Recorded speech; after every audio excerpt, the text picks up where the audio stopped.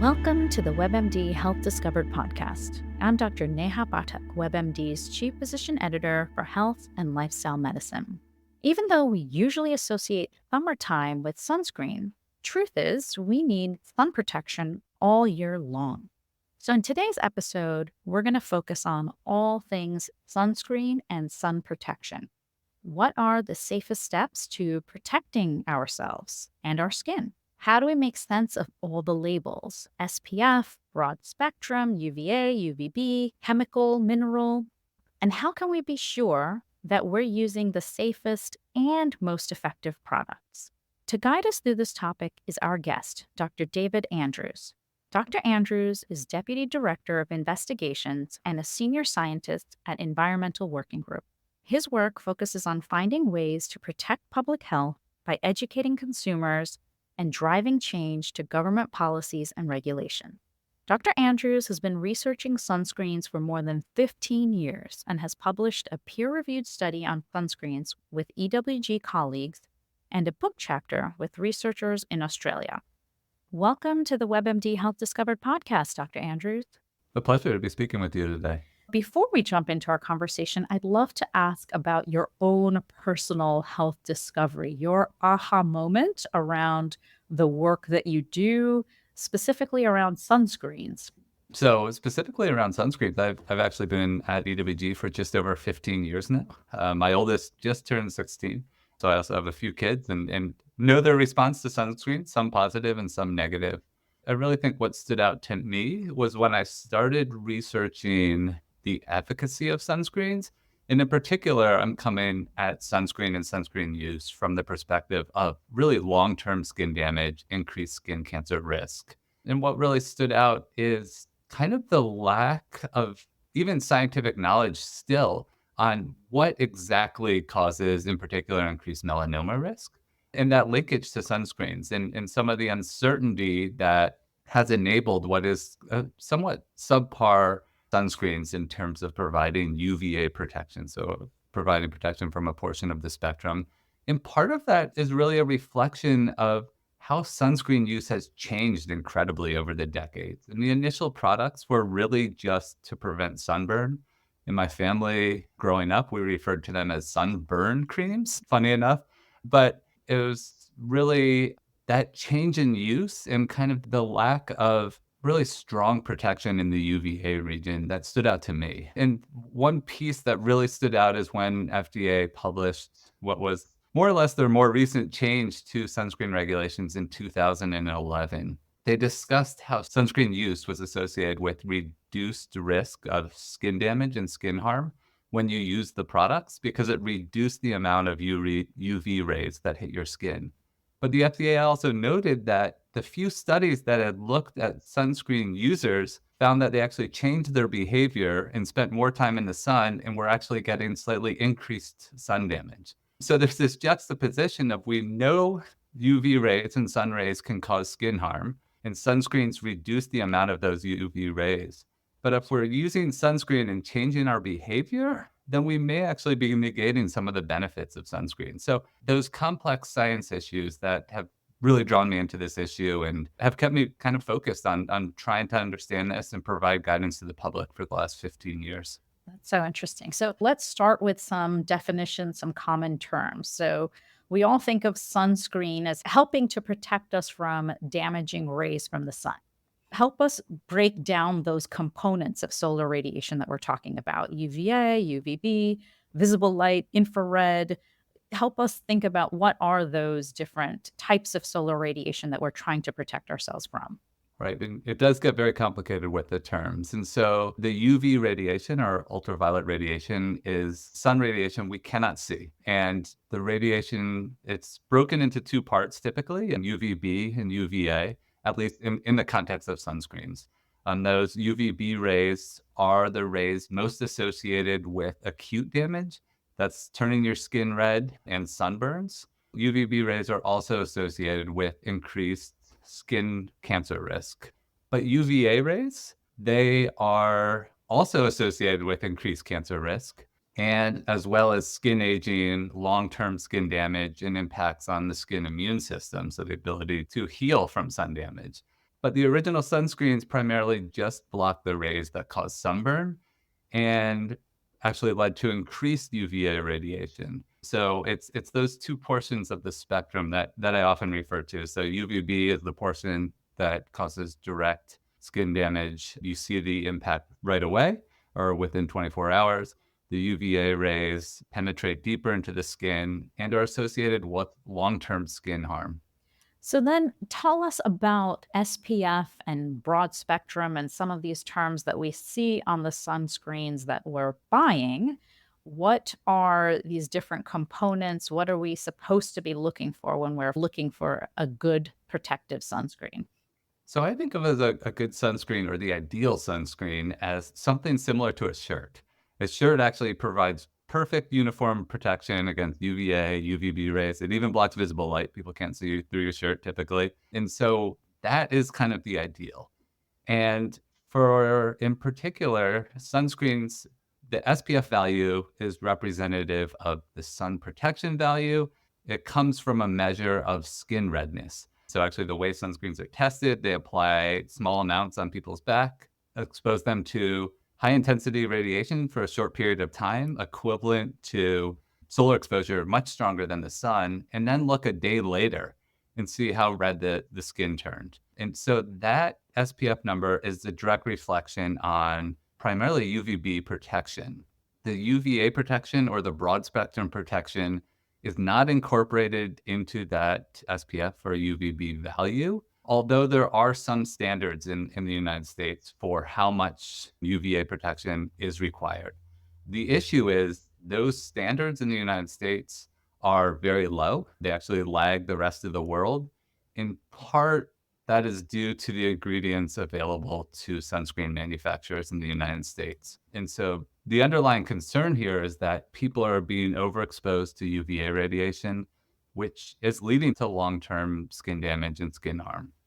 So, can we have it all? Do we have products available to us in the United States that provide strong protection and also minimize the risk from certain chemical exposure? So, is that a unicorn or can we find that on our shelves in the US? So there are good options available. And so that is an important takeaway is that, and primarily these are products that are using zinc oxide. So these are mineral-based sunscreens. Sometimes that can be a little bit whitening, although formulations have improved significantly over the last decade. But these zinc oxide mineral-based sunscreens do a very good job of providing UVA and UVB protection, and they do so without the use of concerning ingredients. So there is a space there, and there's definitely options available to consumers. And we have typically directed people to first try those products, and potentially you need to try a few different products to find one that works for you. But these zinc oxide-based products are the best available option on the market currently. I'm just thinking of, to your earlier point, skin of color. What are some of the things we're looking out for if you have skin of color? That's a really interesting question. And I think it reflects a deficiency in both that SPF value and the current structure in the regulations from the Food and Drug Administration on how sunscreens are tested and how the effectiveness is communicated. Primarily, these are products tested on very light skin types that are looking for at that skin redness. I don't have a direct answer to that question of if there is no skin redness, how can you be sure that you're protecting the skin because of that lack of direct feedback, other than the advice of if you're going out in the sun, especially for prolonged periods, consider covering up, using a sunscreen, or seeking shade. And so I think it's important to come back to that, though, that in the context of sun damage and sunscreens alone are not the complete solution here. It is a mixture of wearing a shirt, covering up, seeking shade, and using sunscreens to reduce that overall exposure. I definitely want to talk a little bit more in depth around that. So, just sort of your step by step approach to thinking about all of the different tools we have in our arsenal to protect us from solar radiation. But I wanted to go back to an earlier point you made around some safer ingredients that you're looking for. So, looking for zinc oxide. What is the converse of that? What are some of the ingredients that you would really recommend people stay away from? I should note that the FDA proposed changes to sunscreen regulations 4 or 5 years ago now that have not been finalized. And they highlighted that all of the non-mineral ingredients. So these are oxybenzone, avobenzone. It's a large portion of the sunscreen market in the US. The active ingredients were absorbing into the skin at levels where they were being systemically distributed throughout the body, and that the FDA was looking for more safety data on all of those ingredients for them to stay on the market, because people use sunscreens daily. They apply them to a large part of their body. And FDA said, we don't have adequate data for any of these ingredients for long-term use to ensure that they're not causing harm. There are a few ingredients that raise higher concerns. One in particular that stood out is oxybenzone, which a number of studies have associated with both allergic type skin reactions as well as some impact on endocrine disruption and changing hormone levels. There's still some uncertainty there, but we thought there's enough evidence and available alternatives that consumers should look elsewhere. So that is one ingredient in particular that raises concerns. It's also the ingredient that's absorbed at much, much higher levels than any other sunscreen ingredient. If I'm understanding you correctly, it's a chemical of concern and an ingredient of concern. We're still sort of looking at long-term data, or FDA is still looking at long-term data to see if the amount which is absorbed into our bloodstream from the skin is going to cause long-term harm, but there is enough evidence to suggest that there's some risk as it relates to sort of endocrine disruption and some allergic type reactions. Correct. From a providing guidance perspective, we think consumers should seek out alternatives. The FDA has actually requested that companies and the manufacturers do additional safety testing to validate some of those studies. But as far as I know, that testing is not moving forward. You mentioned that there are certain ingredients that are available to people in other parts of the world that may not be available to us. Can you tell me about what those are? Are they safer? Is there a different standard in other parts of the world than we have? How do we make sense of some of our protections compared to the rest of the world? So this is a really interesting issue. And sunscreens in the United States and the formulations available to consumers have been largely unchanged for the last decade. And one of our big concerns is the lack of strong UVA protection. And I mentioned earlier that UVA rays are associated with increased skin cancer risk, as well as long-term skin damage. Worth noting that using a tanning bed, which has actually been classified as a known human carcinogen due to increased melanoma risk in young women, exposes you primarily to UVA rays, similar to using an unbalanced sunscreen. So the importance of UVA rays or sunscreens that reduce UVA radiation is critical. And the options available to formulators in other countries or sunscreen manufacturers, there are a half dozen, at least, ingredients that are formulated to significantly reduce UVA radiation. And those ingredients have been in use for over a decade around the world. In part, that's because sunscreens are considered cosmetics in the rest of the world. So the ingredients don't have to go through any specific safety testing before they're used. Whereas in the United States, they're considered over-the-counter drugs. And the FDA has said people are going to be applying these to their body for long periods of time. We want a comprehensive evaluation of the toxicity of these ingredients before widespread use. The problem is we're really stuck a little bit in a catch-22 because FDA doesn't actually have that information, the safety testing data, for most of the ingredients on the US market, nor do they have it for the ones available internationally. But the internationally available ingredients seem to be better from an efficacy perspective and have less known health concerns or toxicity concerns. So the marketplace is really stuck here where the FDA says we don't have enough data to keep most of the ingredients on the market in the United States, but we also don't have enough data to let new ingredients into the United States in sunscreens. So we've been stuck in this status quo for what is going on over a decade now. So the status quo at this point is we don't potentially have the most effective ingredients for UVA, and the logic that's sort of preventing that from being used in the US market is not being used to protect us from some of the chemicals that currently are available to us in the US.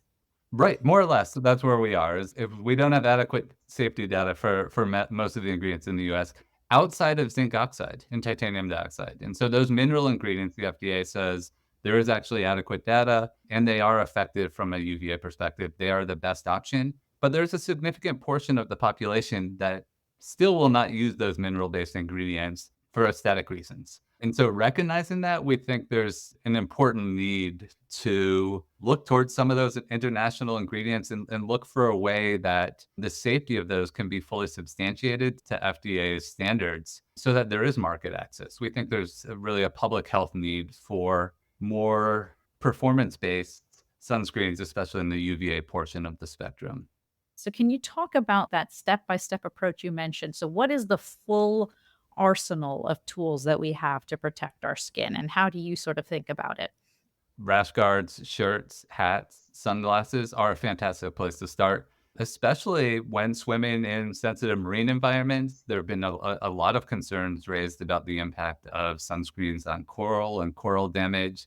Wearing a rash guard eliminates most sunscreen use, especially in those environments. But even day to day and going to the pool and going outside or to the beach, starting with a shirt or a rash guard is the fantastic way to go and incredibly effective at reducing UV radiation. So sunscreen is another tool, though, and available to be used as long as it's not being used to significantly change your behavior. So where you're applying the sunscreen and then spending 3 times as long in the sun, you may be negating the benefits of it. But everything from clothing, seeking shade, bringing an umbrella, and potentially limiting time during the sunniest part of the day, those are all effective strategies at reducing sun exposure. And how does your group fit in? How do you see yourself fitting in the work that you do with how we can think about the behavioral components, the dressing appropriately for the weather? How should we think about it along with what's FDA approved and out there and accessible to us? So we're both trying to educate consumers and the public about sunscreens, the importance of protecting yourself from damaging UV rays, as well as providing guidance on what we think are the best available sunscreens on the US market based on the ingredients and the known hazards of those ingredients, as well as the efficacy of the active ingredients in reducing UV rays. So a large part of our message is to the public, but we also do interact with FDA. We provide comments on all of their regulations and try to reach out to them and shift the market entirely in the direction of safer and more effective sunscreens. I wanted to come back to SPF as well. So, a lot of times I have a lot of patients ask me, so what exactly does that number mean? Is there a number beyond which there's no benefit? Can you help us kind of talk through and think through SPF and a broad spectrum, what we're seeing on the label? Right. So the SPF number on that label is one where companies are supposed to have their product tested on individual skin, and they look at skin redness a day later. The problem is there's a lot of ways to optimize or game the system in terms of the SPF value, and that's particularly concerning.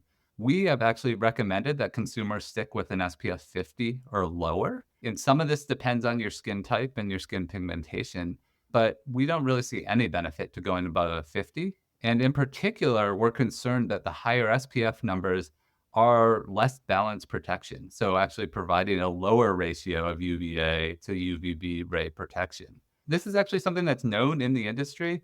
I was quite shocked reading comments submitted to FDA over a decade ago, where a major manufacturer had purchased a competitor's product, an SPF 100, submitted it blindly to 5 labs, and the results came back with an SPF 37, everywhere between an SPF 37 and a 75. No one reproduced the SPF 100. There's a lot of uncertainty in those actual numbers, but we think sticking with an SPF 30 to 50 is in the optimal range for most people. I think oftentimes, and this, I will definitely put this under the category of mom guilt, is when your kid comes home and they are peeling and you recognize that, wow, we did not do a good job sunscreening or protecting you from the sun. What is the best thing to do in the post? So, in the follow up, are there tips that you have in terms of fixing something that you may have messed up to prevent future damage? What the best tips that you have there, if any? Yeah, it happens to everyone, especially everyone who has kids. It definitely happens. And I think after sun exposure, sometimes I'll reuse sunscreen and apply it to them even after the fact, because a lot of products have anti-inflammatories in them. But at that point, it is largely both reducing some of the inflammation on the skin, but also using it as a learning opportunity to try to make change in the future. No one's perfect all the time, but ultimately we are trying to take action to reduce the odds of long-term skin damage. And that is the difficult part here, is that the damage we're most concerned about can occur decades later. And so it's just trying to do as well as we can to reduce the odds of that ever occurring. So I love to close all of my episodes with bite-sized action items for anyone who's listening so they can make a sustainable change in the way they're living day to day. So can you give us just a few tips, your takeaways that folks should think about when they're thinking about protecting themselves from the sun? Sure. And I'd recommend checking out our website, ewg.org. We actually have a full sunscreen report. We've actually got our scientific research embedded in that report also, but simple recommendations there too. And what that is a tool to help you choose safer and more effective sunscreen, really just flipping over the bottle, looking at some of the ingredients in there and becoming educated on what those ingredients are and the effectiveness of those ingredients as really a first step in increasing your knowledge in this space. And ultimately, at the same time, in the summer, having fun and getting outside, I think is important to emphasize also. Thank you so much for being with us today. I really appreciate your time. My pleasure. We've talked with Dr. David Andrews about all things sunscreen and also really thinking about sunscreen as just one of the tools that we have to protect ourselves from the sun's rays. To find out more information about Dr. Andrews and his work, visit ewg.org/sunscreen, and we'll have that link in our show notes. Thank you so much for listening. Please take a moment to follow, rate, and review this podcast on your favorite listening platform. If you'd like to send me an email about topics you're interested in or questions for future guests, please send me a note at webmdpodcast@webmd.net. This is Dr. Neha Pathak for the WebMD Health Discovered podcast.